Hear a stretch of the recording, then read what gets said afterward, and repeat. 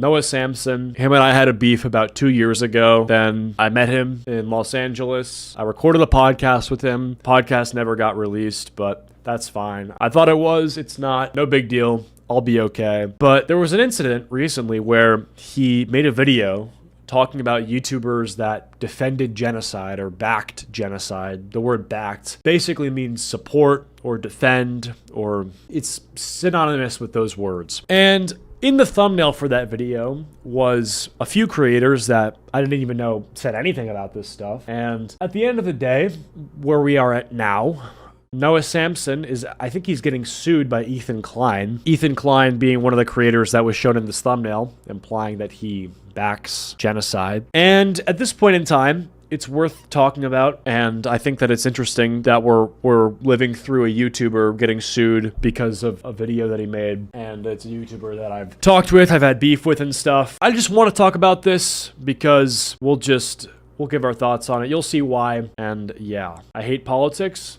I mean, that makes sense. But basically, my friend Think Before You Sleep made this video talking about the entire situation. And you're basically caught up to speed. Not really, though. There's a bunch of other bullshit, but we'll get into it. On YouTube, for the past few years, there's a big industry that's exploded in popularity, and it's based on a simple concept. Hassan Piker is bad, and he's dumb, and bad and a terrorist, probably. It's also wild because the political content creator in question is an anti-genocide content creator, and the arguments they're attacking him for are anti-genocide arguments.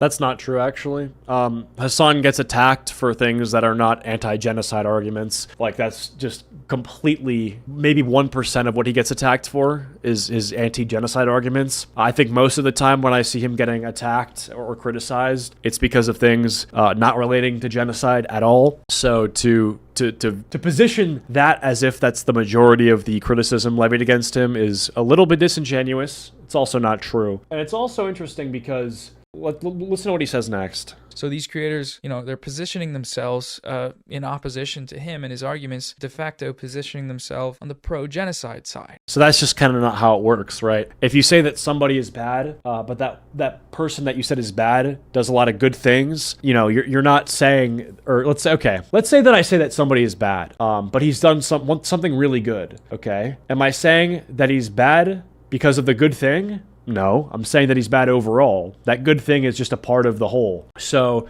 it's disingenuous to say that I'm against the good thing just because overall I think he's bad. Elon Musk making electric cars is neat. I think that electric cars are good. It's renewable energy. It's better than gas. But I certainly wouldn't tell someone who thinks that Elon Musk is bad that they should think he's good because he's making EVs, and EVs are good for the environment.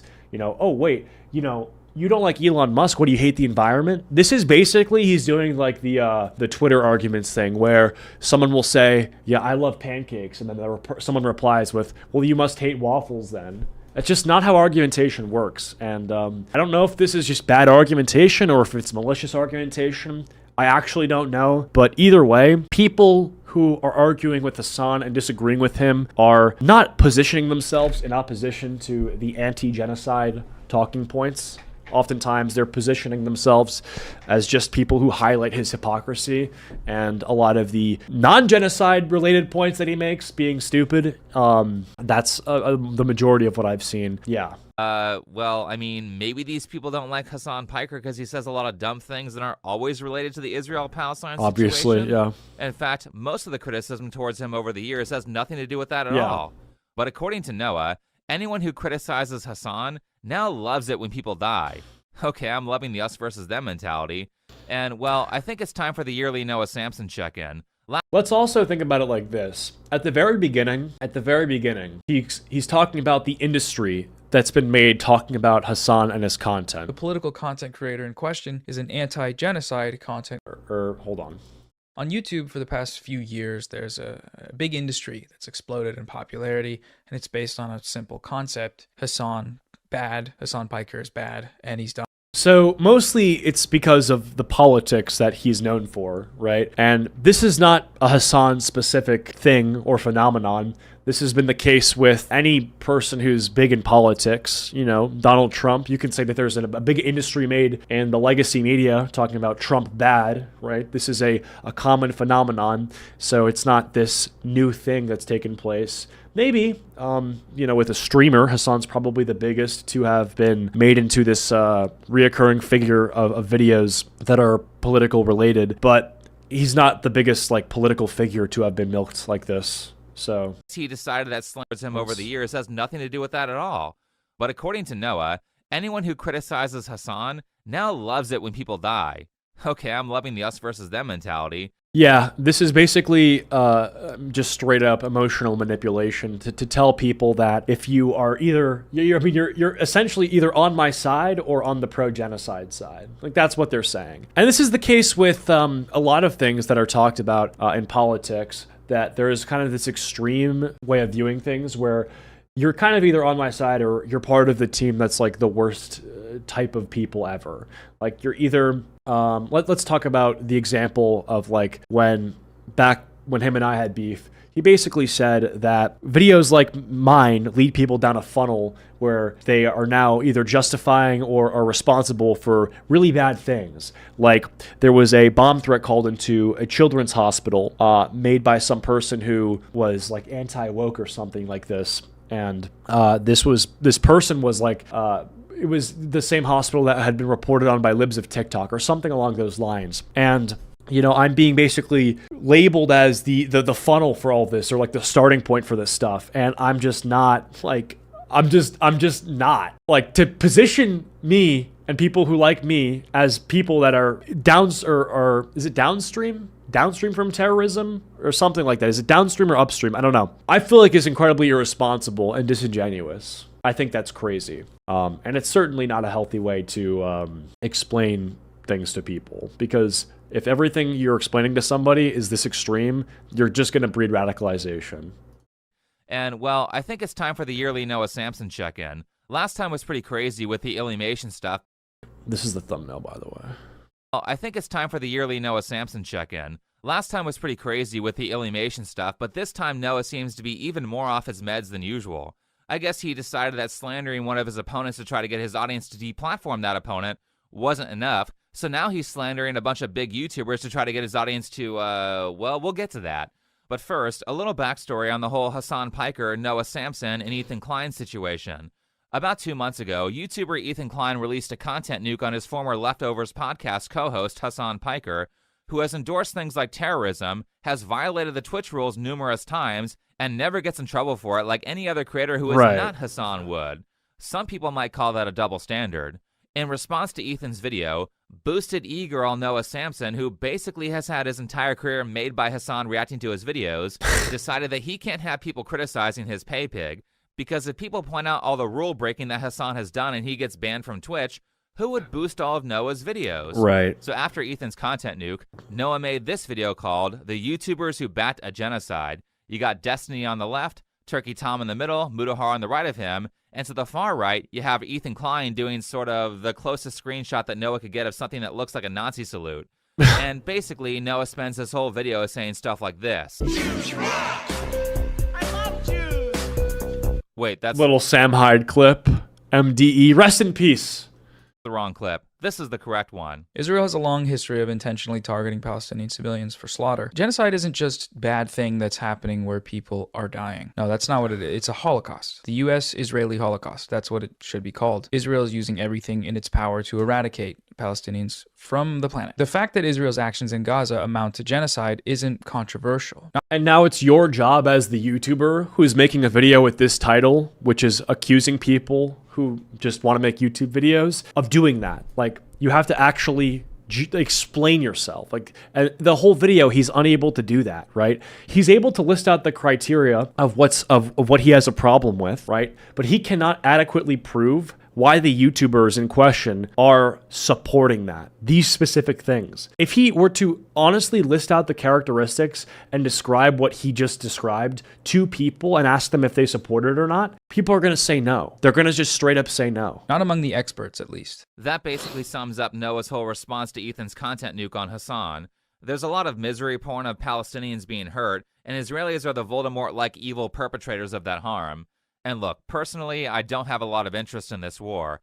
I'm not a big fan of the U.S. getting involved with other people's drama, and contrary to Noah's completely one-sided coverage, it seems like both sides have done some pretty horrible things.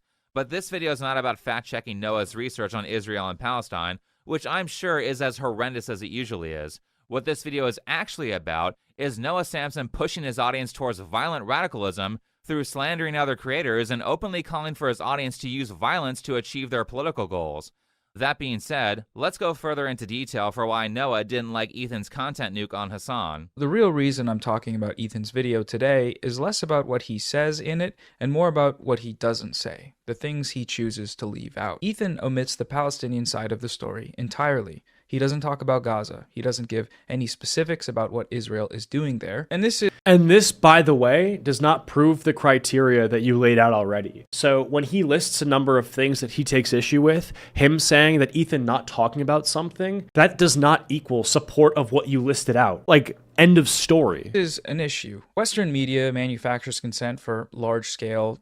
Let's play that one more time. It's less about what he says in it and more about what he doesn't say. Which is a weird framing. That's an interesting framing. To take issue with something that he doesn't say. Like, this is just, I think, I don't like this standard. I don't think it's a good standard to hold someone to stuff that they don't say. Certainly, it can apply in certain contexts, but unless you're specifically finding an instance where he is explicitly or with pretty compelling evidence supporting the genocide that you laid out is happening in your title and framed in your video, then I think it's reckless to label someone as that, you know? I just think it is. Saying silence is violence is just, it's a slippery slope. You know, I need people to start understanding that not saying anything doesn't necessarily mean they support it. Well, of course, right? Obviously, if someone doesn't talk about the exploitation of child workers in like China, that doesn't mean that they support it. To tell someone that they are supporting it by not talking about it is insanely reckless. The things he chooses to leave out. Ethan omits the Palestinian side of the story entirely. He doesn't talk about Gaza. He doesn't give any specifics about what Israel is doing there. And this... Well, he's talking about the Hassan side of the story. Hassan is the person who the video is about. And so when Hassan is saying certain things about the conflict, the response is going to be to those things most of the time. And so are you omitting something by like not talking about it if it's not related to the response? If Hassan says something and then you respond to it, but then do not go on a tangent about another thing that, you know, people might think that you're supporting by not talking about it. Are you supporting it? No. Like, obviously not. This is an issue. Western media manufactures consent for large-scale terror operations across the globe in a number of ways. There are more overt forms like atrocity propaganda. There are also more subtle ways like deceptively framing information, using passive language. Well, Noah does this basically all of his video. I mean, like, we're 3 minutes in and like, yeah, he's already done it. And create I mean, look subtle ways like deceptively framing information.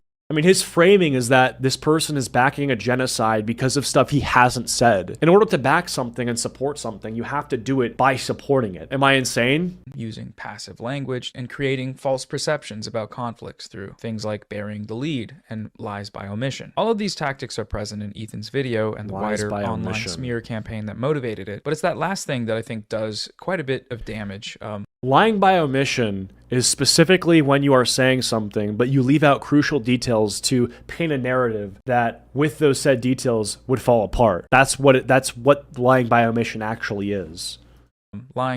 Like, the narrative of that video is that Hassan is bad, you know, positions himself pretty friendly to terrorists and does things that are radical in nature, that are bad, and that Twitch is not punishing. With more context, that is still true. Like, that's all still true. By omission. So this is incredibly dishonest framing from Noah. Ethan's video is more about Hassan and not fully a response to the Israel-Palestine situation.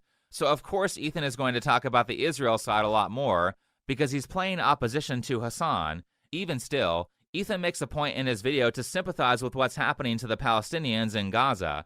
Funnily enough, Noah actually includes one of these moments in his video, but he is such a sociopath that he takes this moment that Ethan is using to sympathize with the Palestinians and uses it to attack him. Towards the start of his video, Ethan mentions a death toll figure of 40,000 Palestinian people. Of course, if you compare the raw numbers, Gazans have lost a lot more than Israelis. 40,000 people have died, and neighborhoods have been completely flattened during this war. The figure he cites is wrong. It's just wrong. Credible estimates have placed the full scale of the slaughter in Gaza at over 65,000 deaths due to traumatic injury. Who cares? So this is exactly the point. When lying by omission, and the omission was like an incorrect death toll, which we could, we could reduce this to like, oh, the video was recorded before the death toll increased, right? Like this is simply because he recorded this intro probably before the video was uploaded, because it has to be edited, and by the time it's edited, that number just continues to increase. But that's not, first of all, that's not malicious omission at all, right? Like that's just time doing its thing, and that number increasing with time. I think it's also crazy to say that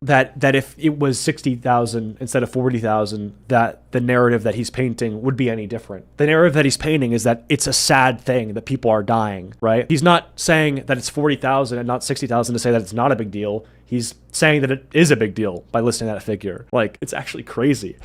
If he was saying that it wasn't a big deal when using the 40,000 figure, then the figure increasing to 60,000, that does matter. But he's not citing the 40,000 figure for that reason. So it's completely dishonest to say that he's lying by omission in that context. It's just not true. Unfortunately, with a video like this that is going to have information on a situation that is ongoing and developing, it's going to be the case that people will take the fact that your video was uploaded on a certain day, and since things have changed the day it was uploaded, and paint and use that to say that you're a liar or something like that. When I feel like it's dishonest to use the ever changing circumstances of this conflict and then say that, well, your video was made then and it's different now, you're a liar. Well, no, I mean, that's dishonest, right? That's crazy. Who cares if you got the number wrong? That's not the point of this statement. The point is to do something that Noah, the nice guy of YouTube, has never really gotten the hang of, which is to spend at least a second of your video showing the humanity in your opponent. I really find it disgusting that instead of using this moment to find common ground with Ethan, Noah downplays Ethan trying to humanize the Palestinians. Exactly. He actually does this again later in the video as he chastises Ethan for daring to donate to Palestinians. Like, really, what is the point of saying that when he says 40,000 people were slaughtered, that he could have said 60,000, even though it's likely the case that he would have said 60,000 had that number been accurate at the time that he had, recorded that video or that segment of his content new, right? Like, the reality is the intent of him even showing that figure was to humanize the Palestinians. Like, that's why he even brought it up. If he just said a lot of people had died and it's bad, like, the same point could have been made. It's crazy. You can't extrapolate any ill intent from that. And I think if you're trying to, then you're probably using some sort of manipulative tactics in order to do that. Like, if you're assigning a malicious intent to Ethan for humanizing Palestinians by saying that like he was lying by not citing a higher death toll, it's likely the case that you're ignoring the fact that this video was uploaded a long time ago to make that point. So if anything, you're actually manipulative and you are the liar. Palestinian victims. Hey, Ethan Klein, thank you for the dono. Ethan Klein gave $6,500. My goat. What did he do? He donated to a fundraiser. Okay. But what if I told you that this donation was a one-time donation of what is likely less than 1% of his... I mean, this is already... Look what he just says What if here. I told you that... $500. My goat. What did he do? What did he do? He donated to a fundraiser. That's what he did. That creates impact. He gave funds to a thing that is trying to raise funds. Okay? And then, relative to his income, it's like probably pennies. But at the end of the day, the money that he gave is going to help the cause that you're supporting. This is the problem. When people try to go ban for ban on donations and then use that to virtue signal, they just they end up disincentivizing behavior that would support their cause. Because what's the point of donating money to anything if you're just going to hear from people that you didn't donate enough relative to how much money you're making every year? How about I donate 0 and then people won't even think about it? Like, that's just so stupid. Still 6K, I wouldn't care if it was 0.0001%. Yeah, it's $6,000. Like, that's still good money, and that's still money that will impact the cause that you're trying to voice support for. Doesn't make sense, does it? I mean, really, it doesn't make any sense at all. If he's humanizing a side that you're saying he's dehumanizing, and he's really doing this to an extent that he's willing to give money toward this cause, I don't know. I'm just not convinced that he's back to genocide here. I'm just not. If Noah hasn't donated 95% of his yearly income, he has no right to talk. Okay, but what if I told you that this donation was a one-time donation of what is likely less than 1% of his yearly income? Gee, with a thank you like that, why would anyone want to help the Literally. Palestinians? That being said, Ethan Klein wasn't too happy about the slander from Noah Samsen. Imagine being chastised for doing a good deed. Why would you ever want to do the good deed? Like, this comes out of his own pocket. Why would he ever reach into his pocket if he's going to be chastised for doing so?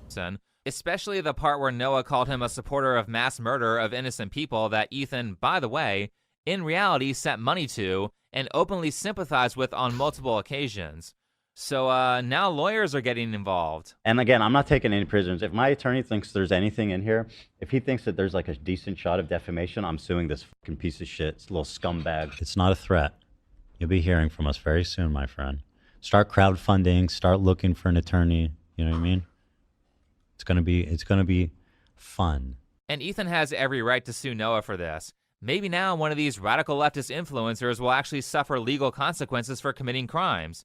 This is absolutely slander. Not only did Noah make this thumbnail straight up accusing Ethan of supporting people being murdered, It is crazy to look at this thumbnail as well when you look at the rubble and ruin of this community and you have Ethan's face slapped over it, like almost Mr. Beast like. And the implication here is that he's in some way responsible or tied to this when all he's done is make a video about someone who he used to do a podcast with who's turned out to be a real piece of shit. And it's crazy that this is what this has turned to. Lawfare is something that I generally look down upon, and I don't like it. I think that it's something where if you can sort things out in another way, then do it, right? Suing people just to sue people is something I find just completely fruitless, and overall just, usually just to get money or something, scam artists and shit like that, con artists. They fucking like throw a banana peel on the floor of McDonald's, slip and fall on it, and they sue McDonald's. I think it's all cringe. But if you're Ethan Klein and your face is being plastered over rubble and ruin, I don't know. Maybe you do want to sue this guy. Maybe you do want to take things a step forward. Because when people like Ethan Klein and then they're shown this, it does tarnish his reputation. And if the tarnishing is done through deceptive framing and dishonesty, maybe there's a legal case for defamation. I don't know. I'm not a legal expert, but I can see why he'd be pissed. Not only did he remove important context from multiple things in his video, but he also doubled down on it. So he is threatening to sue me for defamation on the grounds that accusing someone of supporting genocide is messed up. I can think of something even more messed up than... Well, I don't think that it's the grounds for him suing you is that it's messed up. I think he said that it's defamation. Like, this is just not true. This is dishonest. He's not suing you because you said he did something, and by you saying that, he thinks it's messed up that he accused you. I don't think he said it's messed up. I think he said it's dishonest. I think he said it's defamatory. It's not, messed up, in the same way that lying is messed up. I think the adjective dishonest is probably more fitting than messed up, though. Than accusing someone of supporting genocide, which is, actually supporting genocide. Noah... accusing someone of stealing is not as bad as somebody actually stealing, but if one of them is dishonest, like, if someone never stole and you're accusing them of stealing, it'd be worse if they stole, but they didn't steal, so who's dishonest here? The dishonesty is actually the problem. Actually has a history of making false accusations. This is getting complicated? Well, it's not complicated. This is just really not a truthful interpretation of the content nuke. That's about it. These guys are Nazis, but don't ask Noah or Hassan what type of salute the Hamas like to do. In an interesting way, that super chat kind of highlights a point that he tried to make about Ethan, which is that he's only telling one side of the story. But then you look at this video that he made, and it's infinitely more one-sided than Ethan's content nuke. It really is. With his video titles and thumbnails. This is not a new behavior from him. Speaking of the Alienation drama, where a YouTuber I reacted to tried to get me a channel strike by telling her followers to mass flag me, last year, Noah used an intentionally deceptive title and thumbnail to make people think that I doxed Alienation in retaliation for the mass flagging campaign, when in reality, I in fact not only did not do that, but I openly told people to not attack her even though she told her followers to attack me. Right. Noah, the lover of context and the hater of lies by omission, seemed to forget to inform people of the part where I very emphatically said in my video, hey, don't harass this person. And of course, his title had the intended effect of making people believe I did something that I did not do. The title is Think Before You Dox, right? Right. And I read that title, and that's why I watched the video. I was like, damn, that's juicy. What the fuck? Think before you sleep dox this woman? That was my And- understanding from the title. Yeah, that was my Yeah. immediate conclusion. That's not what happened at all. So many similarities here. It seems like Noah has Imagine somebody responding to your video and scraping it of all the nuance that you intentionally put in to be fair and two-sided and reasonable. And then the person takes out all of that and basically says that you're unreasonable and lacking nuance. I mean, how shameless is that? And like the parts that they do keep in to show the nuance that you obviously display are only put in there to make it look like you're not being nuanced. Like, he removes nuance from Ethan's video, and the parts that he does keep in that is Ethan showing nuance, he puts in to claim that Ethan is not being nuanced and he's not being two-sided. That's crazy. has a really bad habit of accusing his enemies of supporting things they are openly in opposition to. Now, Ethan Klein isn't the only one suing Noah. In a really unfortunately cropped tweet, Mudahar has announced that he will also be suing Noah. The tweet says, "In the last couple weeks, a YouTuber, Noah Samsen, has uploaded a few videos labeling me as a genocide supporter. Normally, I would not engage with this discourse, but this has affected my business and has bled into my personal life." Mudahar goes on to say that he is a Muslim, doesn't like what the Israeli Defense Force has done, and will be suing Noah for defamation. Now, to further emphasize Mudahar's stance on the whole Israel-Palestine thing, What's the saying? Is it fuck around and find out? let's watch this clip that I found. Well, I found it on Noah's list of source citations from his video. I think that there is an actual case of, genocide, and there's an actual case of attack that goes towards the Palestinian people. I think there's very serious situations that go around the world. If you've ever grown up, They will completely ignore avid support by Hassan for terrorist groups and horrible acts like rape, but will be as bad faith and malicious as possible to the opposition. Yeah, I mean, imagine like your nuance only extends to when Hassan says something that's gonna get clipped. No. You see the clip of Hassan where he has the terrorist on the stream. Like, here's my about 5-minute hand-waving explanation for basically, why this happened and why you shouldn't look at this and bat an eye. Whereas the actual nuance is being stripped of nuance. The stuff that shouldn't be stripped of nuance because it has all the context and the message that's trying to be displayed by Hassan is being displayed. But, if you're actually trying to be nuanced, fucking, like, forget it, right? Like, it's crazy. I mean, it just is. Like, I keep saying it, but like the more and more you look at it, it's ridiculous, the double standard that's here. Muslim, and I have, then you know that there is a serious culture of anti-Semitism, in amongst the most conservative of Muslim circles. Just as you will know that there is a serious amount of Islamophobia in the most right-wing of Jewish circles. These are two groups of people that literally are just fighting each other. And when it comes to people dying in a conflict zone like Gaza right now, there is literally nothing that I feel other than sadness for men, women, and children needlessly dying for no reason. Again, this was listed as Now, he basically said almost the exact same thing that Ethan said, but he didn't say 40,000 or 60,000. He didn't give a specific death toll, right? And so when I look at what Ethan said and what Mudahar said, I extrapolate the same thing. Like, why were they saying this? And it was to make sure that they're telling both sides of the story, or at least being nuanced, right? And, Noah Samsen doesn't see that.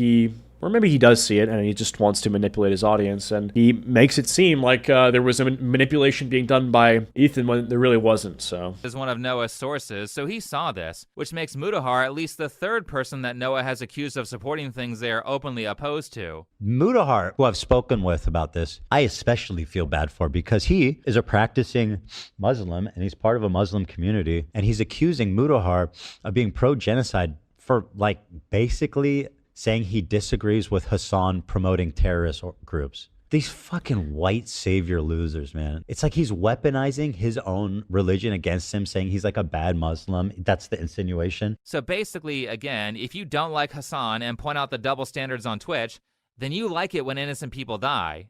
Nice, Noah. You really stood up for your cash cow Hassan Piker. I'm sure he will happily continue boosting your views. Hassan spent 2 hours watching this one. He spent 2 hours watching the first one on his stream in its entirety, glazing him up. And again, let me further emphasize that outside of being an editor for Cody Co., Noah Samsen was literally a nobody on YouTube before Hassan Piker started reacting to all of his content and sending him followers. Right. This is why he's glazing Hassan so hard here in this drama, and probably why he also joined the Israel-Palestine meta like all the other I think it's also because when you feign moral outrage among an audience, you basically can radicalize them into supporting you because you can just cite a greater good as the reason that they need to watch you, right?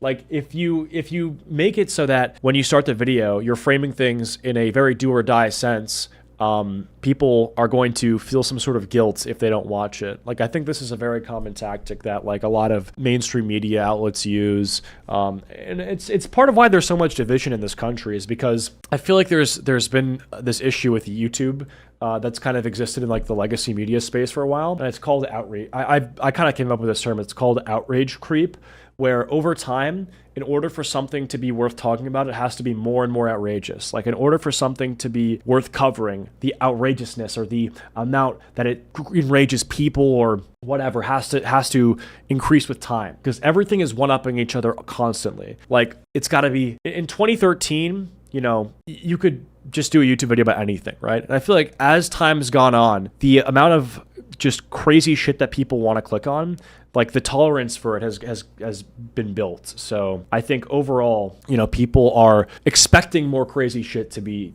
to be available for viewing. Yes, the algorithms push viewers to more and more extreme content so that creators will go there too. People talk about this like with the right-wing pipeline and stuff. I think overall, it exists in basically every single way. That if you start consuming something that is regarding like the world or really any niche can have this issue, where the expectations are kind of met and you have to basically just up the ante every single time to keep viewers coming back. Think about like gambling content, right? If you start with like, you know, wagering $5 and then in a month or two you're losing viewers, you're going to have to increase the money to like $10 and then $20 and then $50 and then $100. And every single time you get new viewers or you experience a big growth in subs, it's because of the increasing amounts of bets. Like you're just going to want to keep increasing until eventually every other people who do gambling content are going to be forced to meet that sort of standard, right? And so I think it's the same thing with like politics and stuff or this kind of content creation. Like Noah Samsen used to talk about like fresh and fit cringe, and he used to talk about my kind of content. And I think his audience is at a point where their only appetite is for things about like genocide and like crazy political like ongoing events and stuff, things that are they extend beyond internet. And I think that's just outrage creep, you know? Like you could be outraged by Fresh and Fit, you could be outraged by Manosphere stuff on TikTok, and then it was me, and then it was whatever he was talking about after me. You know, like think before you dox. Like it got, that's how it was. It was like, you know, cringe red pill, me, think before you sleep doxing. And you can see the creep starting to kick in with doxing because doxing is like a real thing. Doxing. And then a little bit after that, I don't really know what it was talking about. But now we're on genocide, you know? Accusing someone of doxing, pretty bad. Accusing someone of genocide, a lot worse. That's the outrage creep. That's what this is. I think it's very prevalent in leftist spaces too, you know? Because I think leftists are oftentimes people who feign moral outrage the most. I think both sides do it. Like I think, you know, right-wingers will feign moral outrage and they'll talk about like, you know, the grooming epidemic and all sorts of stuff. Like, of course, it happens on both sides. I think on YouTube, it does happen more with leftists, though. Other Hassan groupies. I think Hassan likes that this conflict's going on.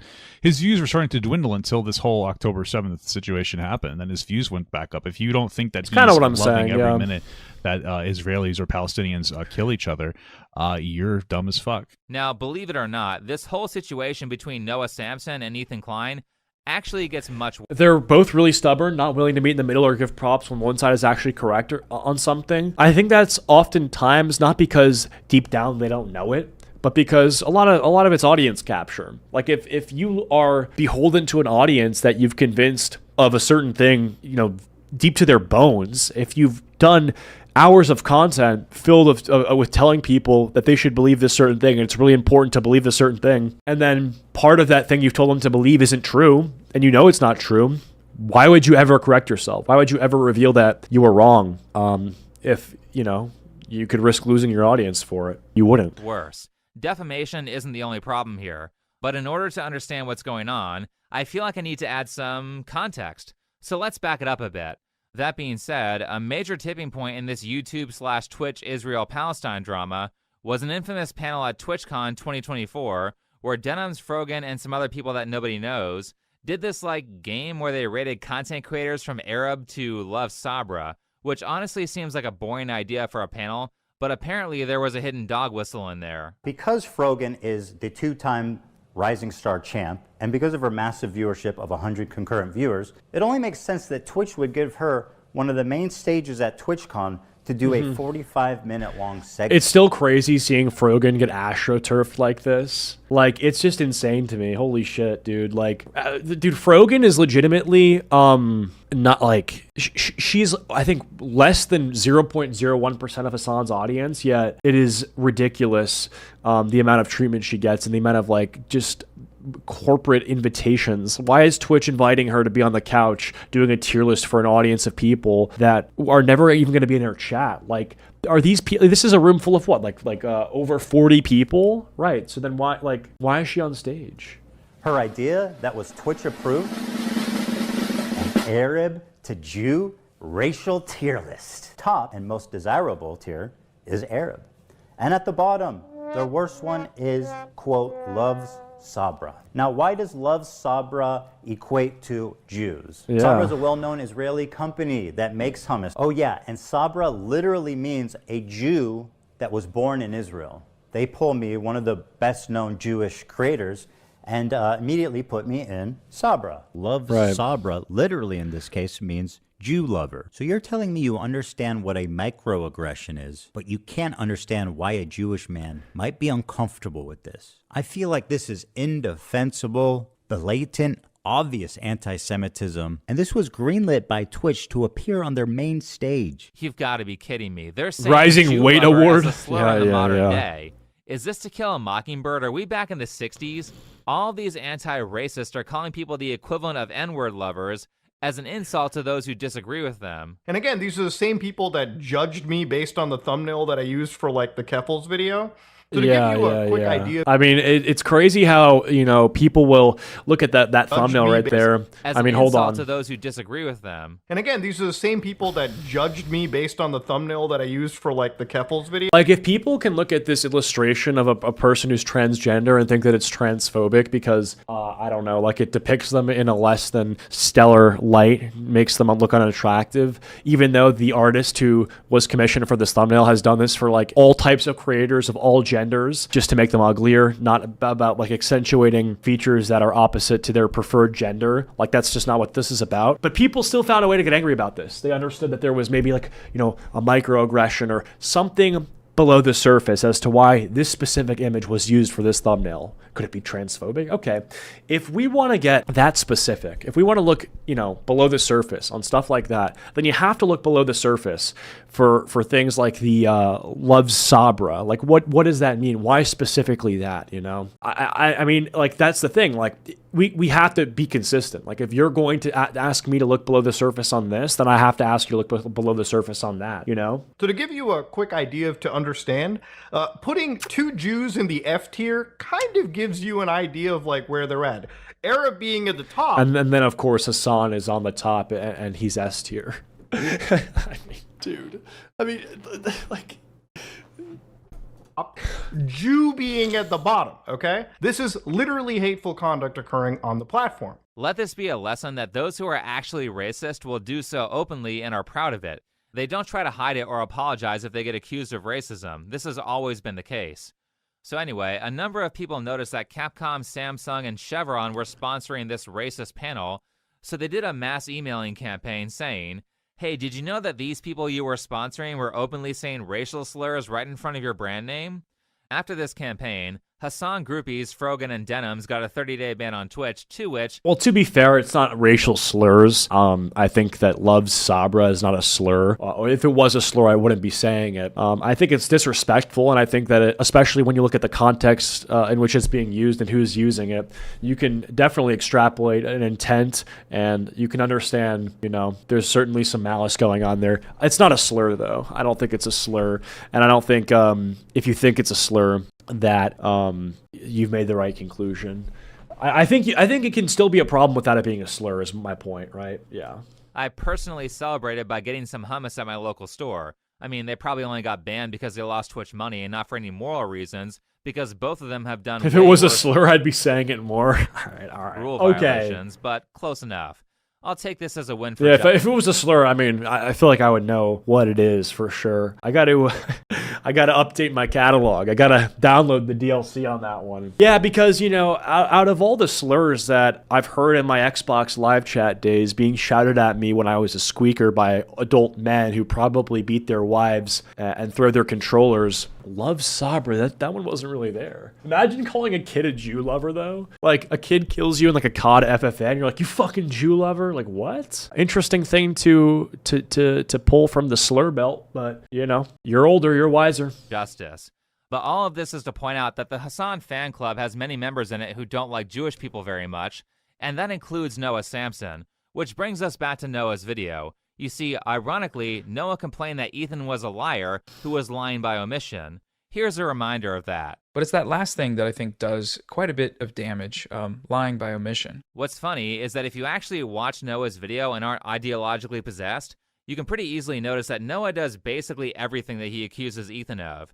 This is a repeated tactic that he uses in a lot of his content. Right. And I mean that Right. it is uncanny how much important context that Noah either removes or completely leaves out for the purpose of radicalizing his audience and enraging them against his enemies. For example, a part of Noah's video was about people rightfully complaining that Hassan has violated Twitch rules numerous times by doing things like promoting a terrorist organization, and he's only gotten a one-day ban for it, and only after Twitch started getting bad press.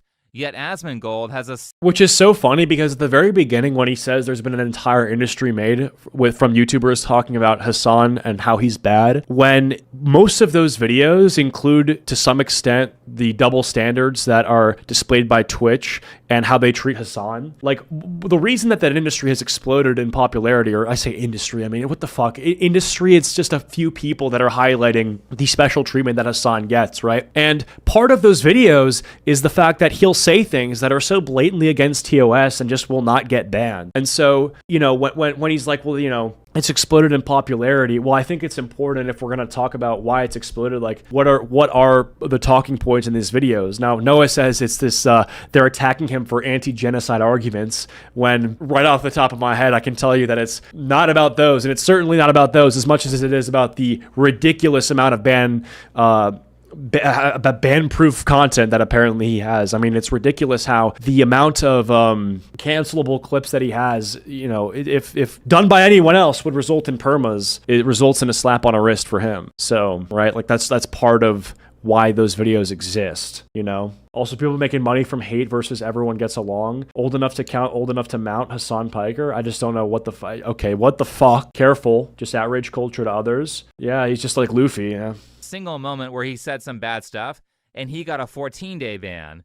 In his video, Noah talks about this ban and shows a clip of Asmongold saying some messed up things. Asmongold made some comments that explicitly justified Israel's genocide of Palestinians in Gaza. I'm not going to cry a fucking river when people who have genocide that's baked into their laws are getting genocided. They come from an inferior culture. I don't feel bad for them. I don't feel sorry for them. I don't care. I don't support them. Noah actually shows this moment in both the videos that he's being sued for. And I'll agree that this clip is pretty bad. If you only saw that, you would think that Asmongold...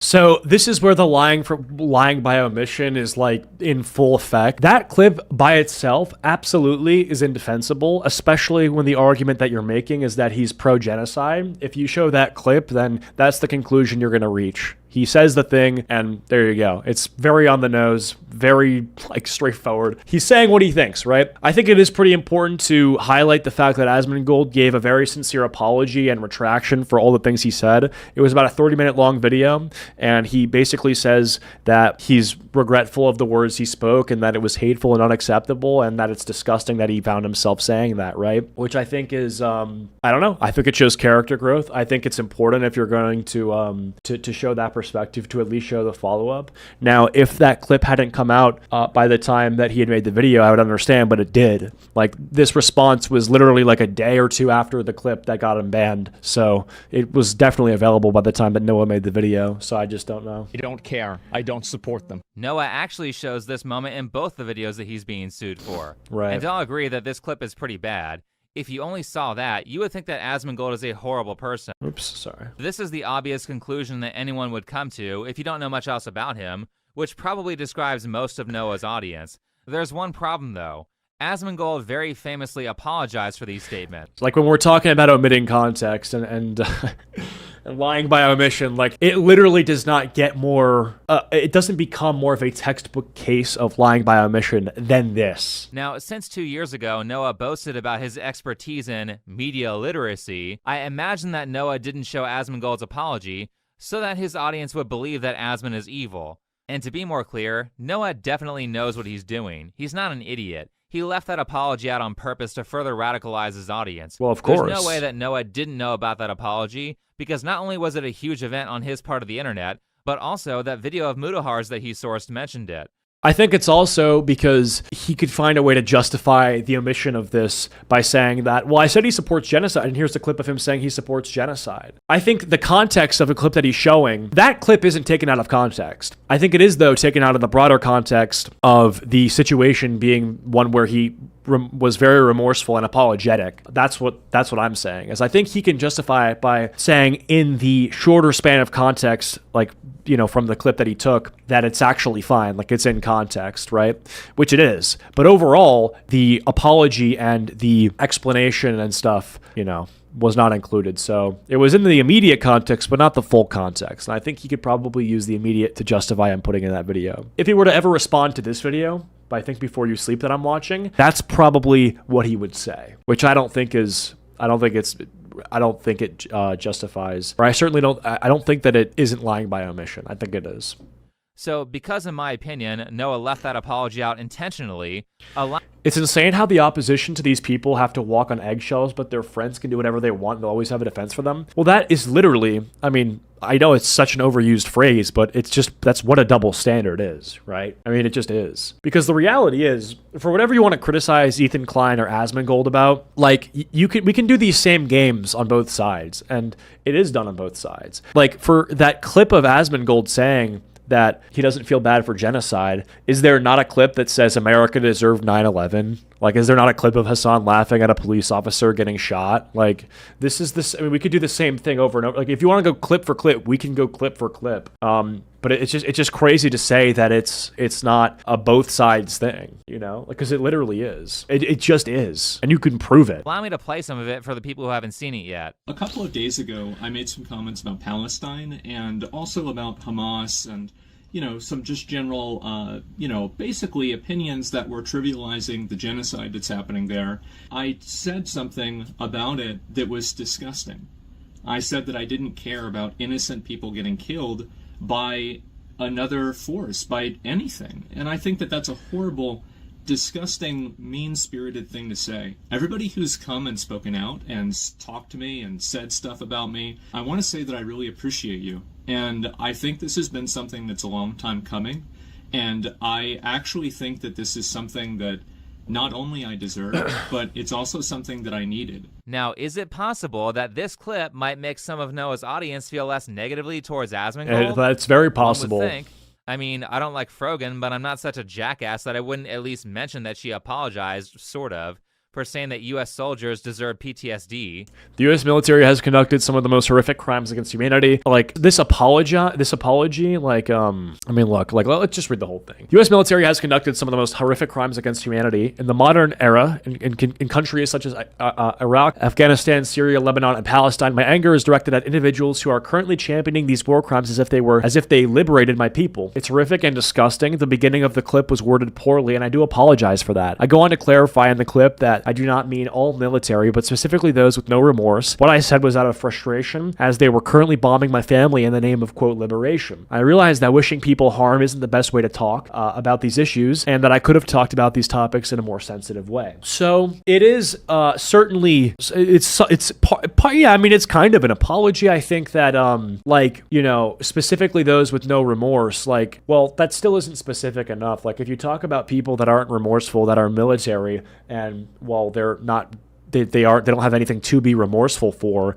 then it's like, well, you're basically asking them to be sorry because maybe other people in the military did bad things, and no one's going to feel sorry or guilt for something they didn't do. That's just not human nature. Like, if I see someone slip and fall and I wasn't the reason that they slipped and fell, I'm not going to, like, feel any sort of guilt for that, you know? The audacity to shit on people who serve while begging for rent donations is nothing. The audacity to shit on people who serve while begging for rent donations doing nothing is insane. Well, you'd think that more people would realize that it's insane, but a lot of this sort of this mindset, this behavior, like in this community, makes it so that it's very, very much seen as not insane, right? Like these people kind of view it all as completely normative, which is part of why a lot of these clips are so common. Like this community produces a lot of clips, like they don't realize to most outsiders that what they're saying is batshit fucking crazy. They've become desensitized to it. So again, I think Noah leaves this stuff out on purpose. This is not about moral consistency or good faith interaction. This is a game to him, and he's doing this stuff as like a sort of propaganda tactic to win whatever battle he thinks he's in.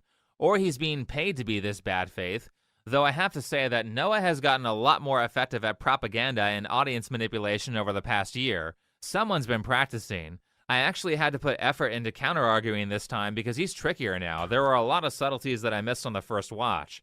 Probably the most effective tactic that Noah uses to encourage racism is emotional pulls. In writing, the way that you compel the audience to emotionally care about your characters is to give them a backstory that describes their relationships, their hopes and dreams, and their struggles. Also, if you can accurately align the aspects of your character's backstory with common experiences that your audience has had, they'll get even more emotionally attached to the person that you're talking about. Character backstories are how you can be sad at the idea of a person like John Wick dying, but you don't care about the hundreds of nameless people that he kills throughout the movie. You have the details on John Wick, but you never see random hitman number 87's backstory and how the people in his life might deal with his death.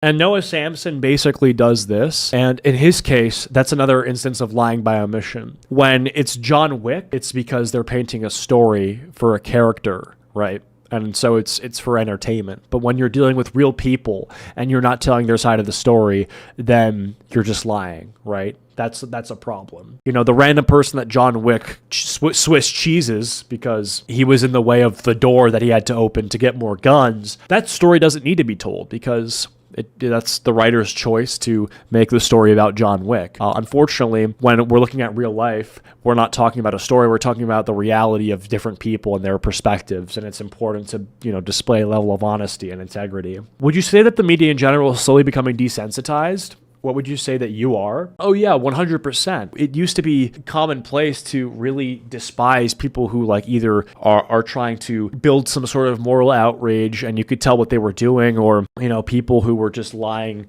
to increase their bags. But I feel like, now it's just kind of incentivized, that's just kind of how it is. And it's desensitized because the only stuff that gets clicks now is stuff that's just about war or like the worst things ever, right? I mean, yeah, that's kind of where we're at. So yeah, it's definitely desensitized. This means that John Wick is humanized, but the random hitman isn't. He's just a number, and that's done on purpose so the audience won't care about him. On the other side of humanization through backstory, you can also dehumanize a character and make the audience hate them by only showing their bad deeds. That being said, Noah is aware of this aspect of human psychology, which is why he spends what feels like most of the 2 videos on Ethan Klein telling stories about the hardships that the Palestinians have faced, and he even says that some of them are his friends. This is to get the audience to care about Palestine on an emotional level, which is fine, he can do that. And it does sound like innocent Palestinians have faced some pretty horrible atrocities, like having family members die, being crippled, or being sexually assaulted. It's always terrible when innocent people are hurt in the crossfire of war, which is why I'm very anti-war and very against the use of violent tactics. However, remember that Noah's biggest criticism of Ethan Klein is that Ethan was lying by omission by not telling the Palestine side of the war.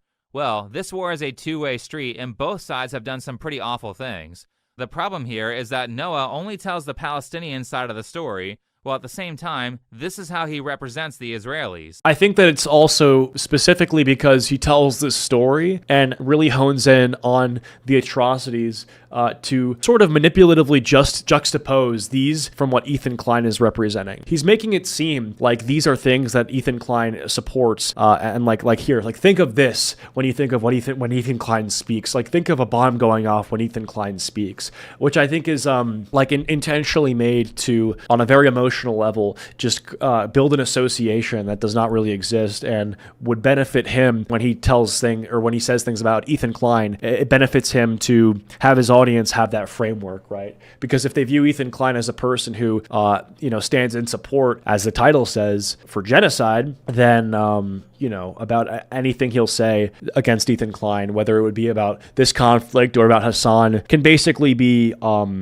taken as fact, I would say. There's a comment I saw on Ethan Klein's video. It read, "I feel like a lot of people can't separate Israelis and the Israeli government, and the same with the other side. Like you are allowed to hate on the people who actually kill people and not hate the innocent adults and children that are being killed from both sides." This is a popular framing among liberals and liberal. It's a popular framing that you can feel bad for innocent people because that's how, that's generally how it should work. Yeah, like people, like this comment specifically says, like, you're allowed to hate people who actually kill and not the innocent adults and children that are being killed from both sides. Like, this is the most normal way to look at things, right? Like, you should be upset when innocent people die, period. Doesn't really matter what flag the missile had on it. It just matters that innocent people are losing their lives. Children that are being killed from both sides. This is a popular framing among liberals and liberal outlets that we should separate the Israeli people from the actions of their government. Yeah, I mean, this comment says, like, if they're innocent people, there should be remorse that you feel toward them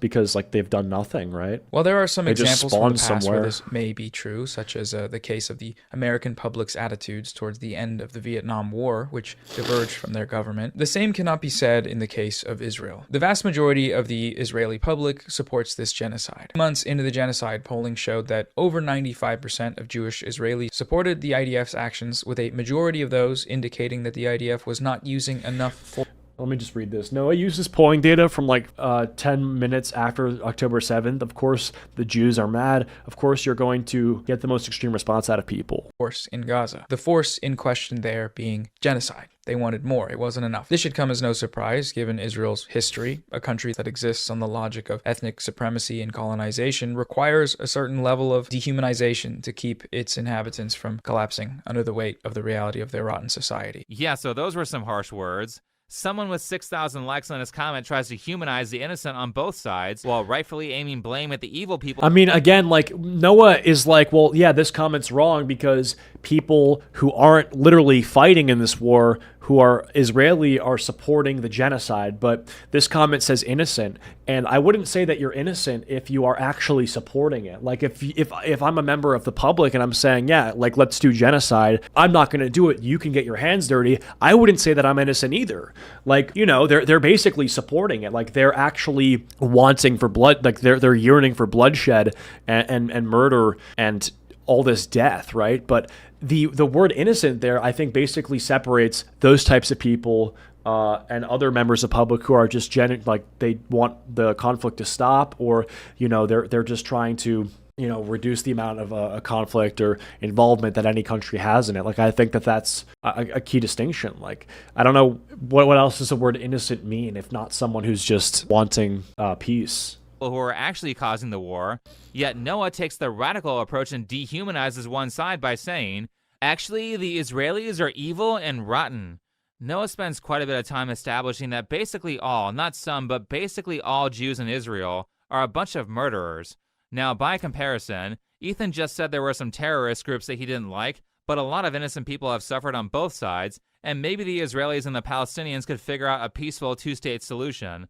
On the other hand, Noah spends the entire time in both of his videos making the Israelis look like the most evil scumbags in the world. I can only imagine that he's doing this with the intent of making his audience violent. Noah continues his anti-Israel messaging by showing a few interviews of Israeli citizens and their thoughts on Palestinians. Another way to get a handle on the seemingly ubiquitous genocidal fervor among Israelis is by just talking to them. How many civilians have been killed in Gaza, from what you know? Who gives a shit? Okay, but don't you feel like, for example, children?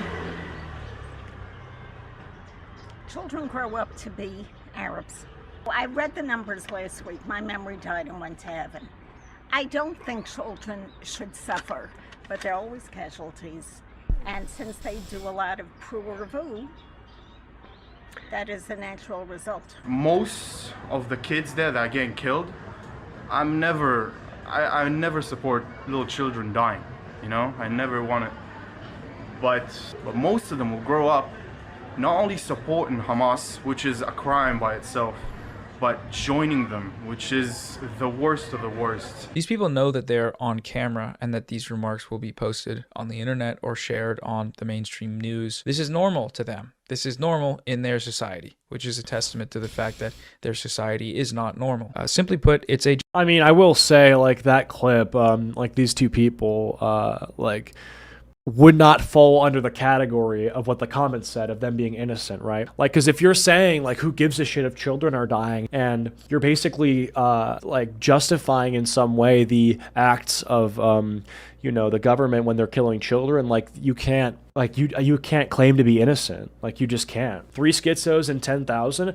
Well, I think either way, like, call them schizos, call them genocide supporters. Well, they're not innocent, right? Like, I don't think that, like, when they're basically justifying this behavior, I think they revoke their innocent card. Like, that's what I think happens. Genocidal society. And so when he's saying, well, I mean, yeah, well, it's not all Israelis, but look at these Israelis. Well, it's like, okay, yeah, but, like, you know, this comment was not talking about them when he said that, you know, like, he feels bad. Top to bottom. Now, I can agree that those are some very harsh words. However, people don't just say horrible things like this without a reason. Does Noah try to show why the Israelis are saying these things in an attempt to maybe add some nuance and not do the exact... Well, I don't know if that matters as much. Like, I think whether or not you're adding reason to this specific one, like, I think it just stops at, like, this is unacceptable. Like, when you're basically asking, like, well, what's your reason for saying that who gives a shit when babies die? Well, it's like, I don't know if the reason really matters. Like, if babies die, like, that's just bad for it. Like, there's no, a baby can never be guilty. Like, you're a baby. Like, you can't do anything bad, you know, if you're a baby. And so I don't know if the reasoning matters. Like, well, where's the nuance in saying that babies should die? Well, I don't know if there needs to be nuance. I think that's pretty bad. Exact same thing that he accused Ethan Klein of? No, he doesn't. No one ever asked why Jewish people would say this stuff. Well, as someone who did basic research on this, maybe... I think it is important to know why, but I think you can't know why and then justify that sort of speaking. It has something to do with Hamas massacring people on October 7th. Like Noah, it turns out that I also happen to have a friend who lives in the area, so I thought I'd ask him about the Jewish perspective on why Israelis being interviewed in those clips said what they said. This was his response, and yeah, having missiles fired at you daily probably would make most people mad. My Israeli friend also notes that if there was peace, the negative feelings that the Israelis have towards the Palestinians would go away. And here's the thing. After talking to that friend, I went and watched the video that Noah took those interviews from, and it turns out that these people actually do say why they have such harsh feelings towards Palestinians, and Noah just cut around that. So let's add it back in. Overall, the world does not really understand what's going on here. They do not grasp the concept that Israel was attacked. You know, everything is happening because of a group called Hamas, you know? Most of them, like around 75-ish%, despise Israel with everything that they hate about the world. Like, they hate everything about Israel. They don't want anything to do with us. They want us all dead, gone, and fucking, you know, they want my head on a spike. All they see in their head is just eliminating every single human being that doesn't support, you know, Islam, that's not Islamic, that's not Muslim. Well, that changes things, doesn't it? Sure, they said some messed up things, but if Hamas wasn't also attacking innocent people, they wouldn't have those beliefs. Oh wait, it looks like Noah does show someone saying why she feels so negatively towards the Palestinians, except it's in a foreign language, so people have to read subtitles. This means that if they're multitasking while watching his video, which is very common with viewers, they won't see this added nuance. This is why when I make videos, I almost always repeat what the subtitles say if people are speaking in a foreign language. Well, that has to be on purpose. Like, it's something that I call a plausible deniability clause, where a dishonest creator will add nuance to make it look like they're being fair, but do so in such a way that nobody will notice it. This is so if someone criticizes Noah, he can say, "No, I put that in the video," while at the same time, basically none of his audience caught it, so he won't have to risk them being swayed by nuance that isn't good for his point. I actually didn't notice what this person said until my second watch. Also, here's the thing. I'm aware that Noah loves to misrepresent people, and I'm guessing that he didn't expect anyone to actually go fact-check the material that he used, which is reasonable. A lot of creators are lazy. But since I actually watched the full video, I know that Noah basically only showed the most inflammatory things that were said. Of course. If you actually watch the video, just like he did with Asmongold, right? Like multiple Israelis. I mean, it's yeah. I mean, why would you show the full context if you know that doing so would maybe flip some of the people who you need to be on your side in order to have your video go viral and accumulate you likes and an audience that, you know, watches you for this sort of outrage content, right? It's against his interests to be nuanced, like it actually is. He's sympathizing with the Palestinians. Here's one of them. Free Palestine from Hamas, and don't hate us Jews. We're really nice people, and we love life. We want peace. We And just want peace, love, and rock and roll. Yeah, man. Okay. Wait, and you're willing to have peace with Palestinians? Yeah, of course. Yes, anytime.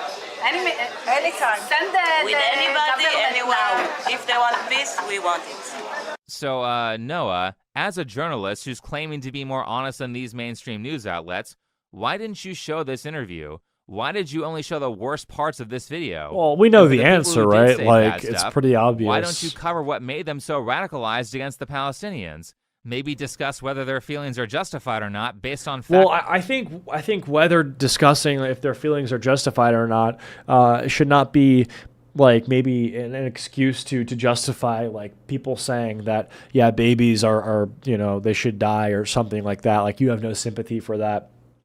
I think the nuance just comes from showing the full context, not of rationalizing, you know, like pro-genocide arguments, but just showing people who are saying stuff like what Sean just showed. I don't think that's crazy at all. You know, I think that's fine. I think saying that you want peace is completely normal. Actual reporting of the events. This is blatant misinfo from Noah. No. Again, it's a gray area where it's like you say blatant. Like, I don't know if the word blatant is applying here. I think that it's disingenuous. I don't know if it's misinformation. I think it's disingenuous to say that, like, if you look at these clips, like, this is what the majority of people think. It's like, well, maybe it is, maybe it's not. I think if you're going to show the video and then claim it's the majority and then that's your evidence, well, you should show the full piece of evidence. And then maybe it doesn't look so much like every single Israeli is saying that, right? I think if you're doing that on purpose to manipulate your audience, it's disingenuous. I don't know if it's blatant misinfo, but it's certainly dishonest. This is what an honest person who wanted a more peaceful outcome would do. Making no effort to humanize the Israelis or add nuance to their beliefs kind of makes it seem like you don't want a peaceful solution. It kind of makes it seem like you want violence. Right. On top of that, Noah is so shameless in these two videos that he will even try to get his audience to hate young children by showing them saying things against Palestine. The vile, dehumanizing racism that is required to uphold a project like this. Because it's Palestine. But I'm Palestinian. Does that mean I'm a Yes. Mm-hmm. I'm a Mm-hmm. Do you want Palestinians in Gaza to die? Yeah. I mean, what the fuck is some 20-something-year-old guy doing on Ome.tv clip farming children? This is evidence? Hey, yeah, look at the Israeli children who are saying shit like this. Dude, these are random fucking kids on Ome.tv. Like, what? That's like saying that racism is rampant in America and then using a clip of some guys on game chat. You are fucking delusional. And when I say guys, I mean like children. And it's so and also, can I be honest with you for a second? What the fuck kind of person spends their time like acting like a sad dog on Omegle? Guys, are you really saying that? Guys are being so mean to my people. They're fucking 10, dude. They're 10 years old. Imagine BBC News using this as an example. Some random kids on Ome.tv. Yeah, reputable news, by the way. Yeah, he's more reputable than MSNBC and CNN, who are all not to be trusted. Which, I mean, look, they are not to be trusted. You can't say they can't be trusted and then look at this guy. Are you fucking kidding me? I mean, seriously? You're saying they should be genocided? Whoa. She's 10. Yes. All of them? Yes. Random children on Omegle is Like, considered to be oh strong my enough God. evidence for Noah to put it in a video. Great journalistic integrity, man. Also, Noah left out the part where the children recognized the guy, and it looked like they were purposefully trying to say the most messed up thing possible because they're kids. They're gonna get And clip also, this farmed. guy's kind of a dick to people on his channel. I don't know. He has like multiple pinned videos of little kids that are clearly designed to turn you into a racist. as well as a number of other videos with millions of views on them that feature children under 12 saying things that he knows his audience will hate. Like, did their parents consent to them being he's on 22, bro, and like, yeah, obviously the kids are just gonna say some outrageous shit if A, they know who you are, and B, if they're just kids. Like, no shit. The decision-making part of their brain isn't fully formed, so they're gonna say stupid shit and make bad decisions. Like, obviously. And you're exploiting this for content. On film. It's more outrage creep. Like, this is what I'm talking about. You can only get clips from these kids saying outrageous shit, and of course they're gonna say outrageous shit because they don't know any better. He's monetizing the outrage creep, getting the outrage from kids. It's so shameless, dude. They're also not old enough to or experienced to know what he's doing. Yeah, well, they don't know they're being clip farmed, and they just know that he's famous. Or maybe they do know they're being clip farmed and they think it's cool, right? Like, but maybe they don't fully understand like why he's doing this, right? Maybe it's just like it's so multifaceted and fucked up, right? He's pushing them to say shit he actually wants and clips them. It's actually kind of gross. Like, yeah, of course it's gross. It's fucking disgusting, man. Like, it's peak unemployment. This guy is suspicious. I don't trust him. Anyway, I cannot stress this enough that Noah is... He could ruin these kids' lives too. I mean, yeah, of course. That's like the goal, right? I mean, to get the audience to view these kids as like the worst thing ever. Like, whoa, these kids support genocide? Like, yeah, I mean, they're like, what, like 10, 13? Like 100% suggesting that basically all Israelis are reprehensible.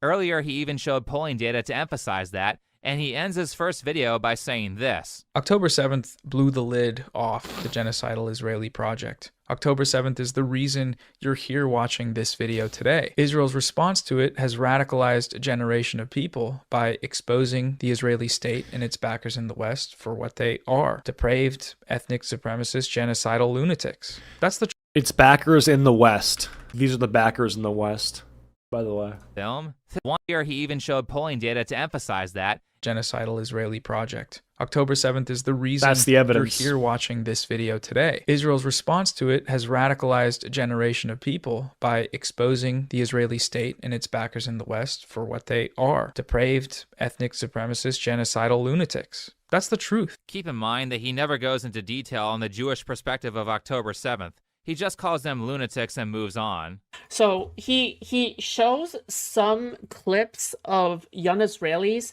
basically supporting genocide of Palestinians, right? The argument that you can make for that is that they're so young and yet they support such violent actions. So couldn't you justify killing young Israelis based off of the clips that Noah Samsen has shown? Can't you justify a genocide of Israeli people if they're inherently evil or inherently bad?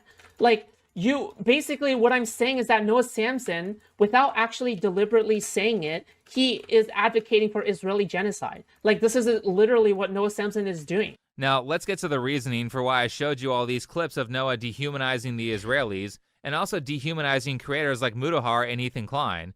After showing numerous videos of innocent Palestinians being harmed while dehumanizing the Israelis... To be fair, if BreadTubers cut the kids out of their content, it would cut down Ethan's online dating pool. All right, well, that's insane.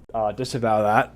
But I do think it would reduce the amount of shitty arguments they have to face, right? Like it's really easy for them to respond to a clip of a kid saying something fucked up, rather than an adult like saying something that actually is well laid out and delineated. As much as possible. He says this. The liberal framework of thought is only able to conceptualize actors in conflict as being good and bad. Israel's far-right government is bad, Ethan says, but so are terrorists. Genocide is bad. I don't agree with genocide, of course, but hijacking ships is bad too. It's against the law, which is bad. Everybody should just stop doing bad stuff. Okay, well, Israel's not stopping. They're not stopping the genocide. The US is not stopping its arms shipments so that Israel can continue that genocide. That is the material reality. If you actually want that genocide to stop, you need to do something material to try to stop it. And so far in the world, the only people doing that outside of Gaza militarily are Hezbollah and Ansar Allah. Okay, now let's tie this back to Ethan, the man in the thumbnail of this video, right? You're talking about the only way is to physically or materially, voice against this sort of thing, right? Okay. What Ethan is doing is not, it's about Hassan. That's what this is about. It's about Hassan and what their beef is and why he is an insane person, right? Like, that's what this is about. It's not really about materially backing Israel or voicing support for that. It's a rebuttal. And so when he's saying this stuff, it just kind of is like NA. It's not applicable. People doing that Like, outside of Gaza militarily are Hezbollah and okay, so like you're saying Hezbollah is like, okay, yeah, the only people who are actually willing to like fucking stop the Israelis. Okay, like that's sick. It's also just, can we like, basically in this guy's world, you either have to back these guys or you're de facto, as he said in the very beginning, defending Israel. And I just do not think that's how it works. I just don't. Ansar Allah.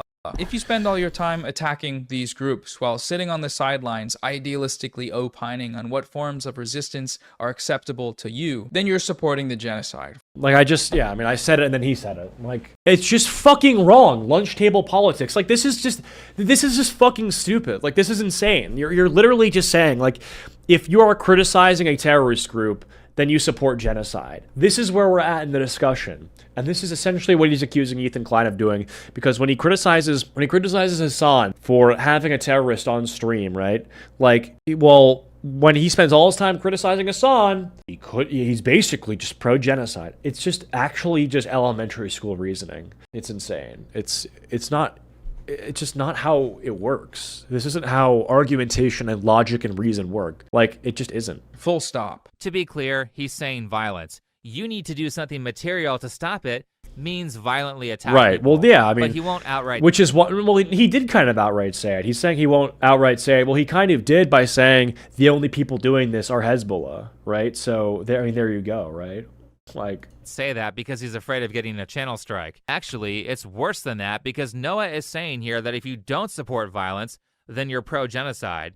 And believe it or not, it gets even more worse than that as Right. Noah goes full mask off in the next clip. People living in the West have the most power over anyone else in the world to stop the genocide. We are living in the belly of the beast. We have direct geographical, physical access to the politicians, the propagandists, the weapons companies, and the supply chains that are facilitating this genocide. Protesting is great. We should keep doing that. But also, I feel like we have to be honest with ourselves. 17 months in, and what is protesting actually accomplished? Raising awareness, sure. Divestment, yeah, in some places. But really, politically, materially, nothing. Israel just killed the most. so what has protesting done? Nothing. What has divesting done? Nothing. So yeah, I mean, this is basically the subtle call to violence, right? Like, I'm saying. So anyways, yes. See, you can lay it out very easily, one sentence at a time. yeah. It's quite clear. We in the West have direct physical access to a bunch of people, including the propagandists, after just labeling a bunch of people creators, propagandists. What does protesting achieve? Well, some things, but overall, basically nothing. Right. If we want this to stop, we need to escalate. That's all I'm saying. I'm sorry. If you had a clear vision for what needs to be done to stop the genocide, you would say it because you want to direct your audience into something fruitful. Unless the thing you want your audience to do is violent against TOS. Which is violence. So basically, what he's doing is he's planting little seeds for his audience to get their hands dirty because he doesn't want to. Like, he's hoping for the right amount of, let's just say, seeds being planted into the brains of the audience so that they'll eventually carry out something that he wouldn't want to do. January 6th, I'll response, like, essentially, yeah. I mean, yeah. What ends up happening, and this is, like, kind of how radicalization works, like, a big core bridge between ideological radicalization and violence is suggesting that you have to escalate or take matters into your own hands, or there's nothing you can do, right? Because if you tell someone who would normally just be against something that nothing will change unless he's violent, and if you can find a slick way to say that, like, you can push someone to violence. Like, if you can tell someone, like, the only way to restore faith in this country and save humanity is to storm the Capitol in support of Trump, then they might do it. Like, that's the bridge between ideological radicalization and then violence or terrorism. You have to instill a level of fear and a level of hopelessness into someone who would carry out an unthinkable evil, right? Like, you have to make them seem like their only option is violence. That's basically how this is. These people are actually risks to other people? How is this kind of stuff allowed? I think because there's a level of plausible deniability in the wording here, where if you don't directly call for violence, you can kind of just vaguely say that, well, when I say we escalate, I basically mean by, taking the protesting to the next level and making more people aware. And you can kind of dodge, the subtle dog whistles of what you're actually trying to say because you didn't directly say it. That's kind of how, you're able to get around it, but it doesn't really matter when most people can see it for what it is, right? He's calling for people to do dirty work for him. That's what this is. It is unambiguously a call for violence, okay? I'm sorry. And he doesn't want to spoil his cute little life. He doesn't want to fuck his income and ruin the little cushy career that he's got a hold of. He doesn't want to do that. He wants other people to fuck up their lives and get thrown in jail or whatever else for him. Let me repeat what that guy Lonerbox just said. Noah spends his whole video calling people like Ethan Klein genocide-supporting propagandists. Yeah, plausible There's some clips deniability. of Yeah, that, so we're all on the it's same true. page. Yeah. The other piece of Zionist propaganda cited by Ethan in his video, aside from this video being a nonsensical genocidal propaganda piece, in the content nuke, he doubles down with this sort of propaganda. Well, it's not really nonsensical, but whatever. It's not even state worth of it. Israel. These people feel no shame. They're here to make money and to convince themselves that they aren't evil. And the way they do that is by lying, by spreading liberal Zionist propaganda. So after he calls these people propagandists with a title and thumbnail that says they support genocide, after he says the correct response to this is violence, he then says, we have direct geographical access to the politicians and the propagandists. Protesting has not worked. What does that mean? It's Like time to kill escalate. them? FBI, hello? Noah Samsen just told his followers to go kill creators he doesn't Yeah, like. I mean, It is abundantly clear that Noah just told people to go attack every propagandist in this thumbnail. direct Now, physical access means what? if you're wondering why we had to watch someone reacting to what Noah said instead of the original video, it's because Noah went into the YouTube editor and deleted that statement after he got called out Awkward. for very obviously telling his audience to go commit acts of violence. Okay, so that's what he said. But then it comes after this sentence here. And then that's where. So you try and stop it. People living in the West. Right. There it is. He chopped it. Right, yeah. Absolute Interesting. So, so if you cut it out, it's because you know how it looks. You know what you said. funny. Well, we saved it at least. Make no That's mistake. interesting. This was clearly a call to action for violence from Noah. Direct physical access. I don't know what that means. I don't know. What could that mean, guys? He knows who he's talking to. This guy looks and sounds like every other breadtuber. Stuffy sounds sick, has a brain tumor blocking their thinking path. Well, look, man, I sound a little stuffy right now because these fucking cat allergies are killing me. And bro, I had a cleaner come in and they cleaned it, but they didn't remove the cat hairs. So whatever. I'm going to try to see if I can get some sort of allergy disinfectant. But yeah, I mean, look, man, what can I say? I don't think that he is, he's been honest at some points. I just think with how this conflict has, shaped out and what that's done to the YouTube landscape.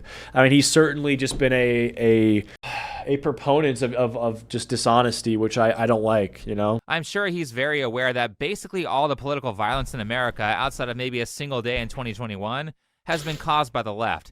Antifa, BLM, people burning Teslas. Effectively every violent political act over the past 10 years in America has been caused by the radical left. Now, Noah spends a lot of time pretending that he's this innocent nice guy who doesn't know things, but he's not stupid. He just pretends to be to get sympathy. In reality, he knows exactly how his audience is going to interpret what he said. And one of the things that Noah does not address from Well, of Ethan course, Klein's that's video why he said it. is the part where Hassan got exposed for admitting to trying to rope viewers into extremist beliefs by easing them into it. Then I saw clips like this where Hassan is And then this is basically what Noah Samsen does as well. explaining how he's hiding his power level to funnel in normies into radicalization. I think that in the short term, in order to combat against that, you have to advocate for a much lighter form of propaganda. You Right. want America. Yeah, you're basically microdosing radicalization, right? So essentially what you're doing is you're just trying to bring people in at a, entry point where they're probably already at because they're slightly left-leaning or liberal. And then, as time goes on, you're upping the ante a bit. You're dosing them with more, let's just say, extreme forms of thinking. And for someone who has complained about the right-wing pipeline on YouTube, I will say a little fucking ironic, isn't it? In the way that I feel about it, and if you want America to get out of the way for places with more revolutionary potential to do. People complain when you watch one Ben Shapiro and you're alt-right, but watching breadtubers who call for violence is not leading people to extremism. I mean, like, what else are you gonna say? I called it outrage creep earlier, and I think it still is a good word to describe it. But I think alongside it, there has been a rising radicalization of the left-wing breadtuber sort of space. Like you have people that are justifying like burning Teslas and vandalizing and stuff like this, non-safe and peaceful forms of protesting being completely justified by these sorts of people. And then you look at what he's saying right here, and it's like, well, it makes sense why. Like, they're incentivized to do it, right? They would normally do. I think that, one thing you have to do is advocate for a lighter form while simultaneously still doing agitated propaganda. So he's literally, by the way, laying out exactly what Noah Samsen did. So he's like, yeah, you have to, call for lighter forms of radicalization, lighter forms of political thinking, while slightly doing agitated propaganda, which is the subtle, like, yeah, you have direct physical access to people. So there you go. He's learning from his goat. That goes beyond the subtle sick. Wait, what? What does that say? Oh, the cute little sickle and hammer on the sun. Yeah. I mean, it's a cool art. I mean, it is all right for what art it is. I mean, it's cool. Right, social democratic idea. We got Smirnoff, Tito's, and some other kind of vodka. I just wanted to put emphasis on the exact point of the so-called radicalization funnel, where, for example, Hassan and JT catch them while they're young, as they say, and then they start. He's not even trying to hide it. This guy, his co-host, is not even trying to hide it. Move forwards through the funnel, get more and more informed, get more and more radicalized. You do your part in the funnel for the cause, or whatever the fuck you want to call it. You're doing, in my modest opinion, a great thing for the cause. This is evil.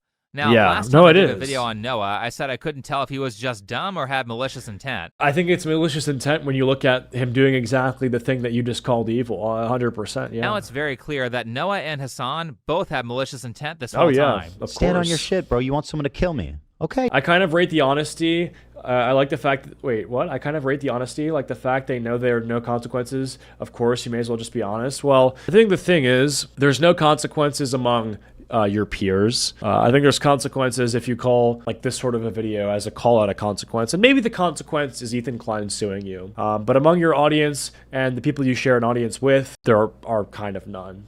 That is true. Hey, stand on it, bro. Why erase it now? Fuck. I mean, this guy's legitimately should be on an FBI terrorist watch list. Like, legitimately. We are living in the belly of the beast. We have direct geographical, physical access to the politicians, the propagandists. And he's saying kill the politicians. I mean, there's no way to even, he can't pretend that that's not what he's saying. Right. He's saying we need to escalate. We know where they are. What does that mean? This whole thing confuses me. Isn't this the same asshat who spent like an hour and a half last year lecturing me about audience responsibility because people wrote mean comments that you can block on his friend's video? Like, what the fuck? This is the same guy, Noah Samsen, right? Blockable mean comments are bad, but political violence, well, it's almost like there's a double standard. That's just fine. On December 21st of last year, the Storytime animation YouTuber Illy. But the thing is, Noah hasn't lost his audience or platform. He knows he will lose nothing by doing what he's doing. Well, I think the way he's doing it protects him pretty well. Yeah, I would agree. Released a video called Perks of Being the Fat Kid. 2 months later, the anti-woke YouTube channel Think Before You Sleep responded to Illy's video in a video titled Fat Acceptance Cartoon. Right after Sean posted this response, the comment section on Illy's video went through some changes. It was flooded with hate comments, threats, insults, inflammatory accusations, also a lot of anti-Semitism, so that's kind of weird. That last one was wild. Yeah. Imagine Noah Samsen calling you an anti-Semite less than a year ago. Oh my God. Because of some shit a random commenter That's wrote. insane. After like 50 different YouTubers reacted to a drama how the tables fucking turn, man. Jesus. that you were involved in.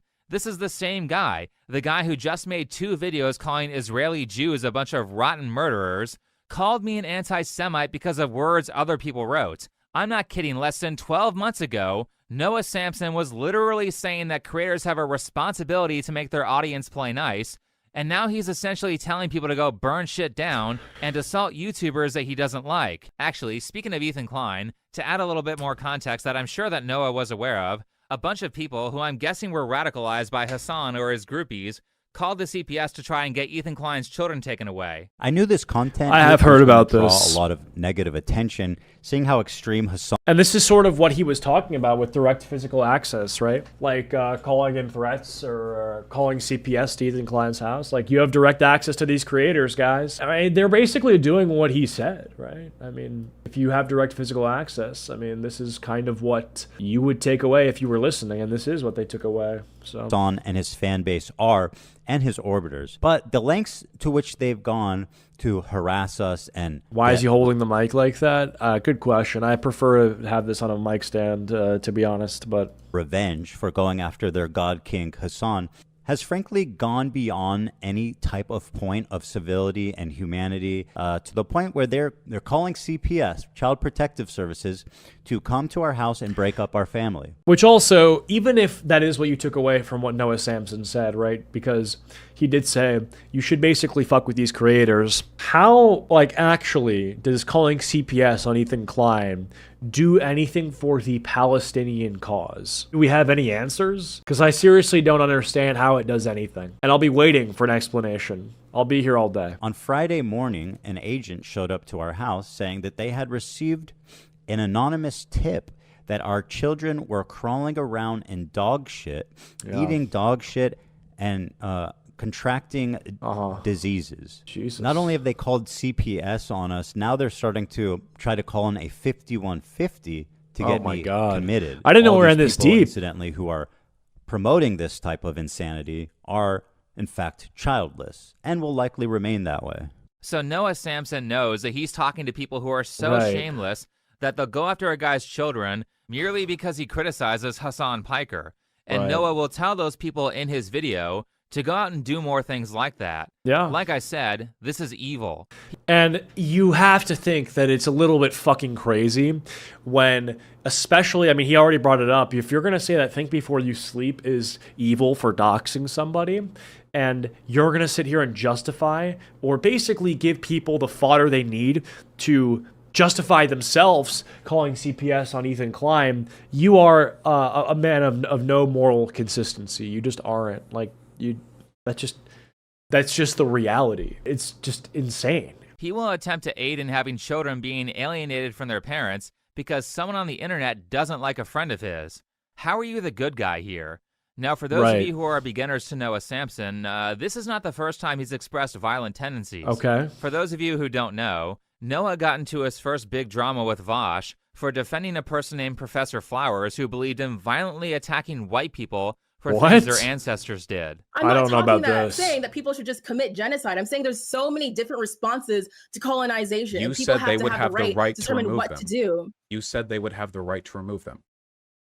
I think if they decided like, hey, we don't want the people who colonized us to stay here, let's figure out a way to like have them move or something like that. I think that'd be very harsh. Again, that's not something that I would agree with, but I think the people who are colonized should have the self-determination to decide what to do about the people who have colonized them. Okay, what you're saying is that any state that can Jesus justify its Christ. sense of persecution therefore has a right to engage in genocide against ethnic minorities within their borders.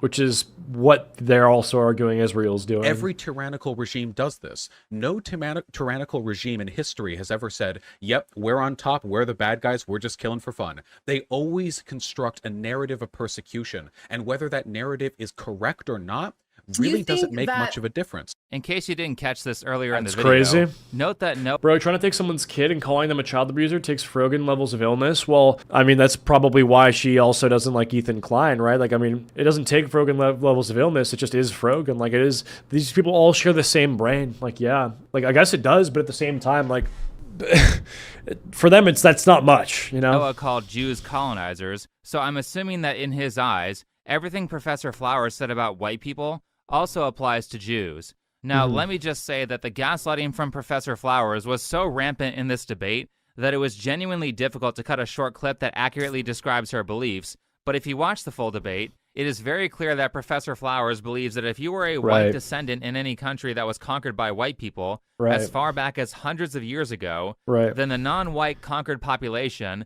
has every right to steal property from innocent whites, forcefully relocate them, and go as far as to kill them if they refuse to Jesus. leave their homes. I repeat, she openly said that you should be able to do this to innocent people who took no part in the atrocities of the past that took place as far back as hundreds of years ago. Now, this was all You know, done it's with bad when the good person in the conversation is Vosh. I don't think he's. I mean, yeah, I guess in that conversation he was the good person, but yeah, I mean, pretty bad out here when he's the voice of reason. very passive language and, oh, I'm not saying I would use violence if it was me.